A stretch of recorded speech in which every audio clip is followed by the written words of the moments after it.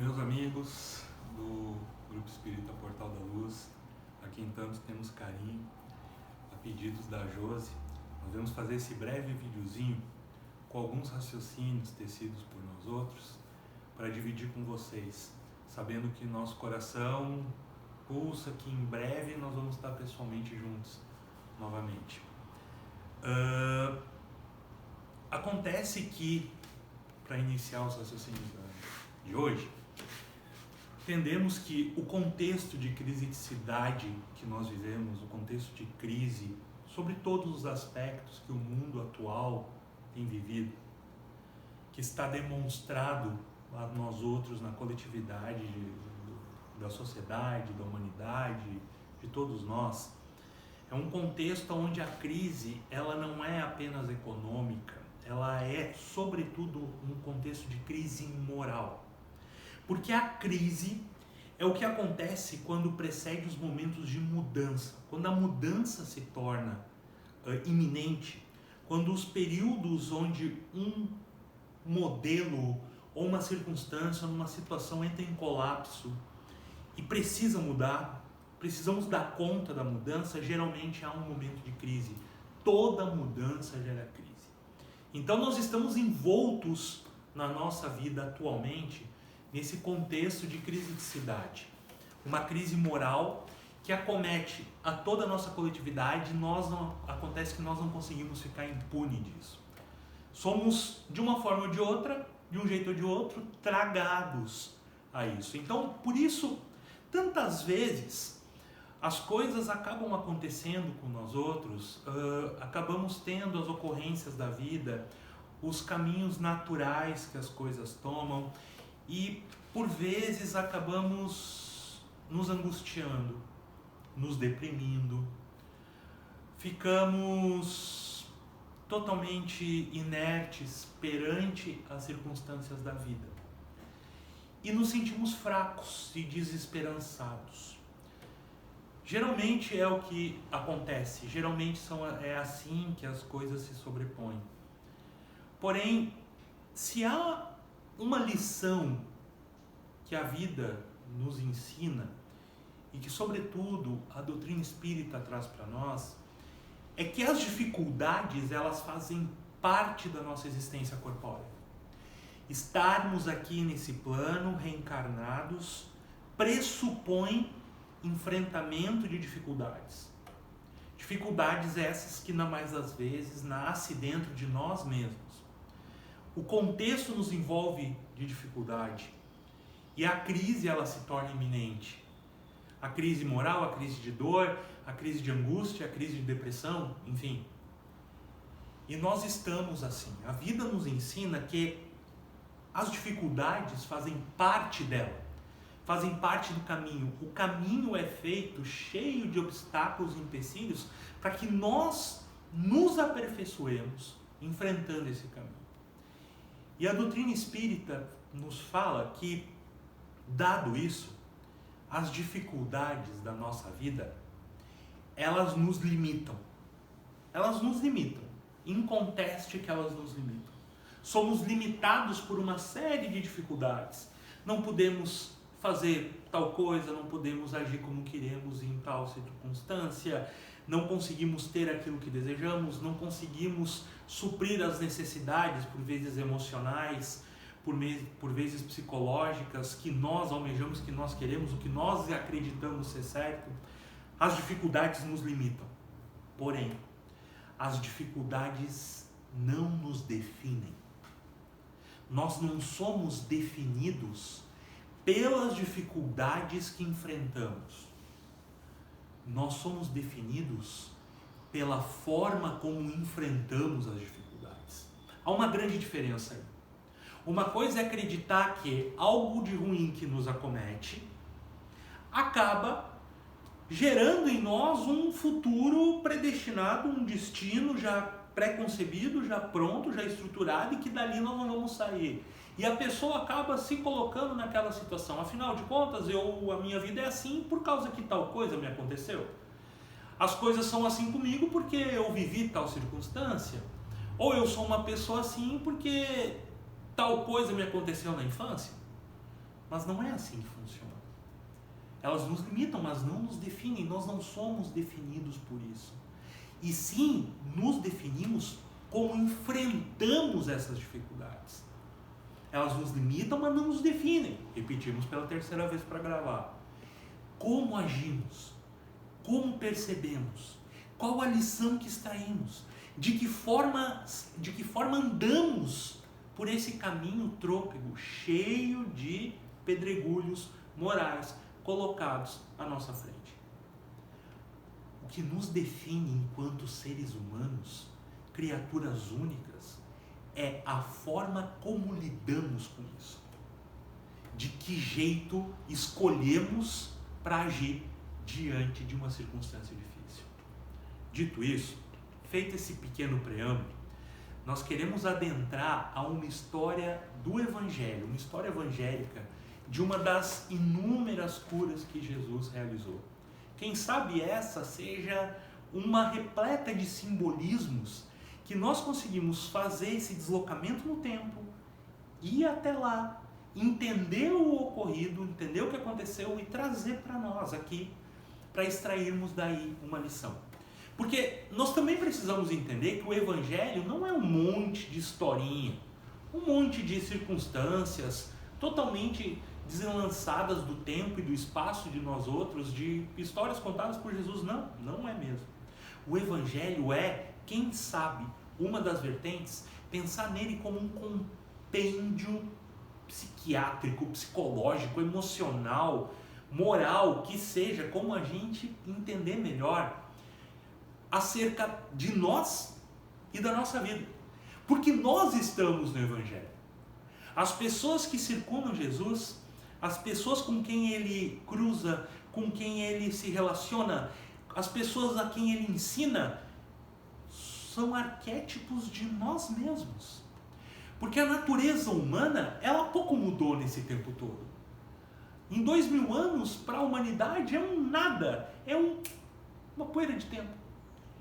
Agora, para a humanidade, para o caminho moral, foi um caminho muito transformado pela figura de Jesus. Nós estamos no Evangelho, nós somos as pessoas, nós somos os adúlteros, os orgulhosos, os invejosos, os avarentos, nós somos os que traem, nós somos aqueles que mentem, nós somos aqueles que enganam, somos nós. O ser humano na sua grande fragilidade. A nossa sociedade, a nossa humanidade evoluiu culturalmente, evoluiu cientificamente, evoluiu na capacidade de criar, de pensar, de entender, mas moralmente ainda não. Então, quando nós entendemos Jesus ensinando, agindo, conversando, sendo o mestre equiparável que era, nós estamos vendo Jesus ensinar a nós outros. E uma dessas passagens é a passagem que 3 evangelistas contam. Está lá no Evangelho de Lucas, no Evangelho de Mateus e no Evangelho de Marcos. E nós vamos usar a passagem que está lá no Evangelho de Marcos, por ela ter alguns elementos, ela ser um pouquinho mais completa. Essa passagem é a célebre passagem da cura do cego de Jericó. E ela está lá em Marcos, capítulo 10, o versículo 46 ao 52. E conta assim: dirigem-se a Jericó. Saindo de Jericó, ele, os seus discípulos e uma considerável turba, Bartimeu, o cego pedinte, estava sentado à beira do caminho. Ao ouvir que era Jesus o Nazareno, começou a gritar e dizer: Jesus, filho de Davi, tem misericórdia de mim. Muitos o repreendiam para que fizesse silêncio. Ele, porém, gritava mais: Filho de Davi, tem misericórdia de mim. Jesus, parando, disse: chamai-o. E chamam o cego, dizendo-lhe: anima-te, ergue-te, ele te chama. O cego, lançando fora seu manto, saltando, foi até Jesus. Em resposta a ele, Jesus disse: que queres que eu te faça? O cego lhe respondeu: Rabuni, que eu volte a ver. Jesus lhe disse: vai, tua fé te salvou. e imediatamente voltou a ver e o seguia pelo caminho. Bem, essa é a passagem da cura do cego de Jericó. A primeira consideração que precisamos fazer é sobre quem era esse homem, o Bartimeu. Quem era esse homem? É interessante lembrarmos que, dado o aspecto cultural, o aspecto humano da população da Judéia daquela época, era muito comum o casamento entre primos de primeiro grau. Então, o fato de não haver diversidade genética, hoje os cientistas conseguem ter essa percepção. Naquela época, o índice de pessoas com certas limitações físicas, as chamadas deficiências, era muito mais comum, era muito mais numeroso do que hoje em dia. Então haviam paraplégicos, haviam cegos, haviam pessoas com uma série de circunstâncias de problemas de saúde. Bartimeu era um desses homens. Só que aí vem uma outra particularidade. Naquela cultura, uma pessoa com deficiências, com limitações físicas, ela era um peso para a família. Não havia uma cultura de cuidar da pessoa com as suas limitações físicas. Os doentes, os velhos em larga idade, as pessoas cegas, os paraplégicos, eles eram pessoas relegadas do convívio social, relegadas do convívio da família, porque o entendimento comum daquela sociedade era que essas pessoas se transformavam num fardo, e se transformando num fardo, eles não poderiam atrapalhar a vida dos outros. Então, geralmente, pessoas nessa fragilidade física, eles eram apartados da família e eles eram colocados nas periferias da cidade, geralmente do lado de fora dos muros da cidade, porque as cidades eram fortificadas com muralhas à volta. Então, lá era o local onde eles estavam pedindo, mendigando. O Bartimeu vivia nessa circunstância, e mais do que isso, esse homem não tinha nome. Como assim não tinha nome? O nome dele não era Bartimeu? Bartimeu. Bar, prefixo, filho de, filho do Timeu. Era o cego filho do Timeu. Ele não tinha nenhum nome para ser chamado. Era o cego Bartimeu, o cego filho do Timeu. Então, percebamos o contexto de fragilidade social que essa pessoa vivia. Essa pessoa não tinha convívio de família, não tinha convívio social, ela não era vista pela sociedade como alguém que poderia fazer algo, poderia ser cuidado, era apenas um estorvo. Era uma pessoa em invisibilidade social, porque ela não tinha nem a dignidade de ter o próprio nome. E aqui fazemos um parênteses. Muitos dos sobreviventes do Holocausto da Segunda Guerra, do Holocausto nazista, que foi o extermínio do povo judeu, narravam por vezes como era algo que feria a própria identidade e dignidade deles quando eles tinham um número gravado no pulso. Porque ali eles deixavam de ser uma pessoa e passavam a ser apenas um número. Não eram mais pais, mães, filhos, filhas, avós, avós, não. Eram apenas um número.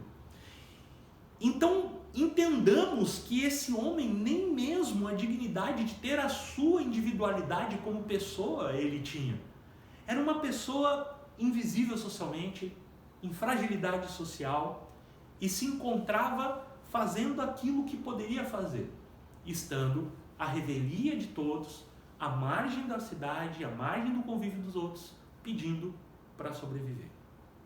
Pois bem, os discípulos de Jesus e a sua comitiva chegam a Jericó e na saída da cidade, eles estão cercados de uma grande turba, de uma multidão de pessoas que seguiam-os e que queriam seguir Jesus e que estavam lá magnetizadas pela sua figura, pela sua imagem. Pois o Bartimeu, ele escuta que Jesus estava a caminho, que Jesus se aproximava, que Jesus estava por perto. Então ali a gente já percebe que há um prévio conhecimento. Bartimeu já conhecia Jesus, já conhecia a notoriedade de Jesus, já conhecia a fama de Jesus, já sabia quem era Jesus e o que Jesus poderia fazer. Então ele faz, e aí vem a primeira lição de Bartimeu. O que Bartimeu faz? Ele grita, ele clama por Jesus. Ele começa a gritar: Filho de Davi, apieda-te de mim. Filho de Davi, tem piedade de mim. Ele começa a gritar. E a gente tem que entender por que essa é a lição. A lição por quê? Porque era a única coisa que Bartimeu podia fazer. Bartimeu não podia fazer mais nada. Não havia nada além disso que ele pudesse fazer para ir até Jesus. Ele faz tudo, mas absolutamente tudo que está ao seu alcance. E aí a gente já começa a ver uma psicologia parecida, um arquétipo psicológico das pessoas que chamam a atenção de Jesus.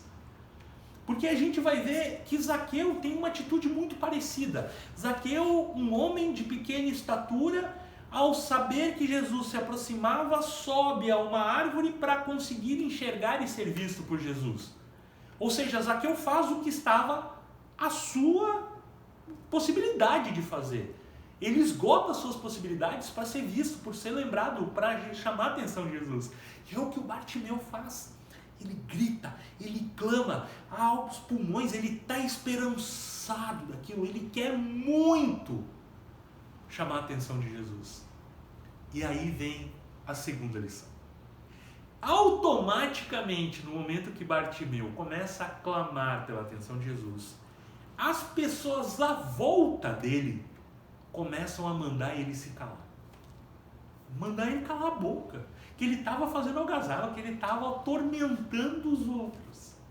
Percebam que ele, ao fazer tudo o que ele podia para chamar a atenção de Jesus, ele acaba tendo o antagonismo. Há pessoas que querem o calar. Há pessoas que agem de forma muito negativa diante da tentativa daquele homem de fazer aquilo que estava dentro da sua busca espiritual, da sua tentativa de mudança de vida. E o que o Bartimeu faz em resposta? Grita mais alto. Essa é a segunda lição dele. Ele não apenas satisfeito em buscar a Jesus como ele podia, dada todas as possibilidades que ele tinha, ainda assim, Bartimeu não se deixa levar pelo constrangimento causado à volta pelas outras pessoas, pelo que os outros tentam fazer ele se calar, pelas críticas ácidas, pelas injúrias cáusticas, por todas as pessoas que tentam fazer nós outros nos diminuir quando nós tentamos ir adiante. Porque, pensemos, os pigmeus detestam os gigantes.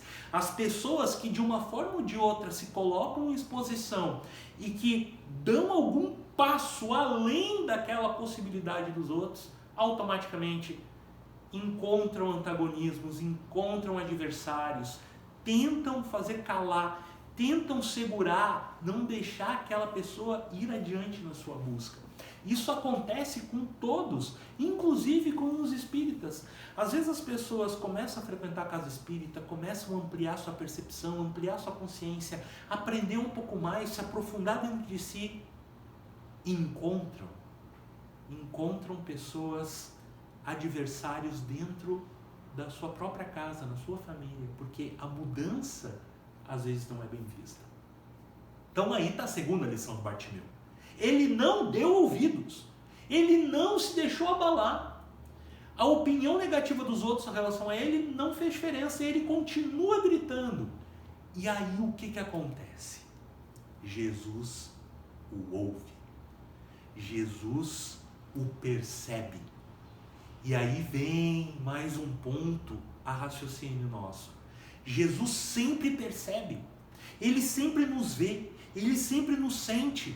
O que ele precisa é que nós nos movimentemos até ele, que nós façamos o caminho, que nós demos os passos necessários para chegar até ele. E é então que Jesus pede que alguns emissários, algumas pessoas chamem o Bartimeu, coloquem o Bartimeu até a sua presença. E aí vem mais um raciocínio.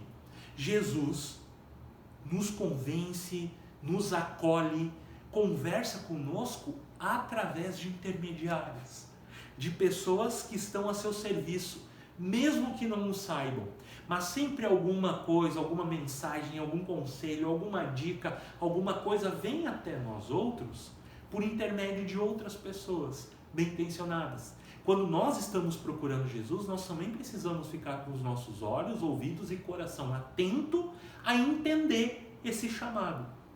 E é então que acontece algo que é necessário um aprofundamento da nossa parte.